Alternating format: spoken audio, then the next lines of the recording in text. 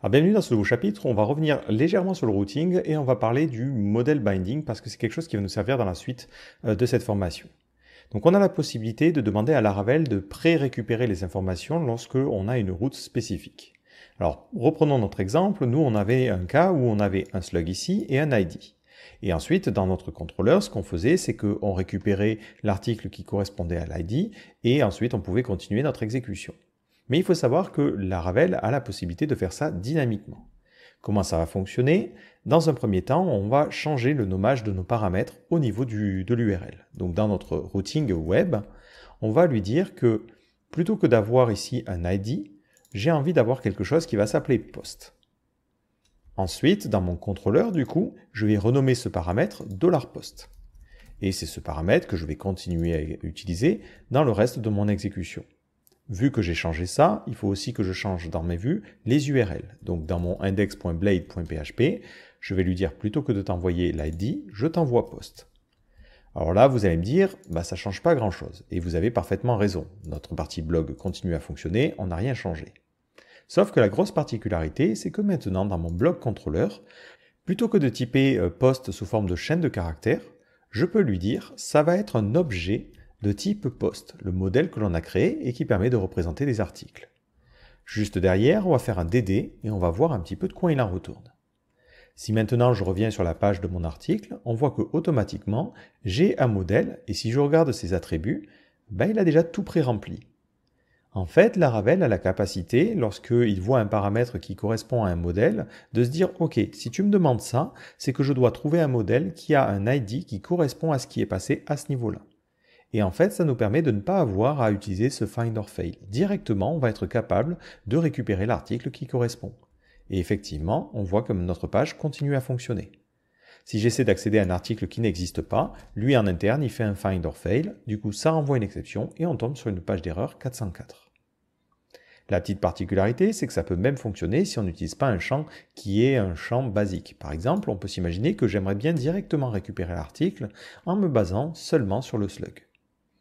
Donc au niveau de mon routeur, je vais changer quelque chose. Donc on va temporairement commenter cette route-là, parce que moi je préfère toujours avoir les ID, donc on va garder cette route en mémoire. Mais on va créer une nouvelle route qui n'attendrait que le slug.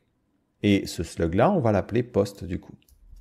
Et dans notre where, c'est vrai que là j'aurais dû le changer aussi, on va lui dire, effectivement, on s'attend à avoir un slug. Et on va toujours mener à notre action show dans notre contrôleur. Le problème, c'est que maintenant, lui, ce qu'il va essayer de faire, c'est de trouver un article qui a un ID qui correspond à mon second article, ce qui évidemment est impossible. Et du coup, on tombe bien sur une erreur. Donc si vous vous rendez dans la documentation, vous avez toute une partie qui vous parle du modèle binding. Et si on descend un petit peu, vous avez cette partie-là où ils disent « customiser la clé ». Effectivement, dans notre cas ici, on a envie qu'il trouve l'article non pas par l'ID, mais par le slug. Donc on mettra $slug. Et dans cette situation-là, si je reviens sur ma page, je ne tombe plus sur une erreur 404, je tombe sur une erreur parce qu'il ne comprend pas d'où vient le slug, c'est normal. Donc dans ma partie bloc contrôleur, je vais retirer ça, voilà.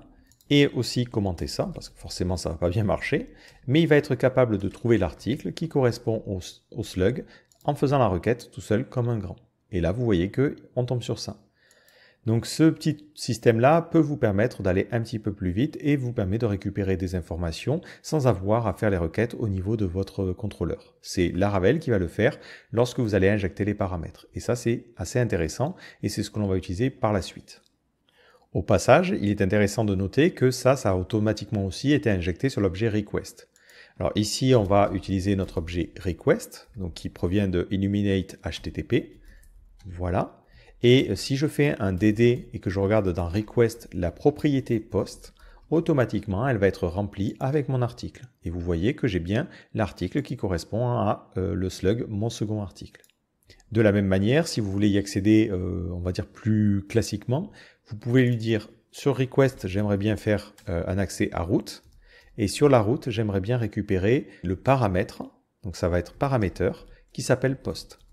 Ça revient vraiment à la même chose, hein. C'est juste un raccourci. Accéder à post, c'est juste un raccourci vers ça. Mais dans ce cas-là, il va bien vous montrer le paramètre qui est votre article là. Donc par défaut, lorsque au niveau de votre contrôleur ou au niveau de la fonction qui est utilisée dans le routing, il voit que vous essayez de récupérer un modèle, Laravel va faire en sorte de récupérer ce modèle en amont pour que vous n'ayez pas de code à mettre au niveau de votre contrôleur. Donc moi je vais juste revenir un petit peu en arrière et on va revenir sur notre cas initial où on voulait un slug. Voilà. Et ça nous permet ici d'économiser une ligne. Et dans mon web.php, voilà, je vais décommenter ça et on est là.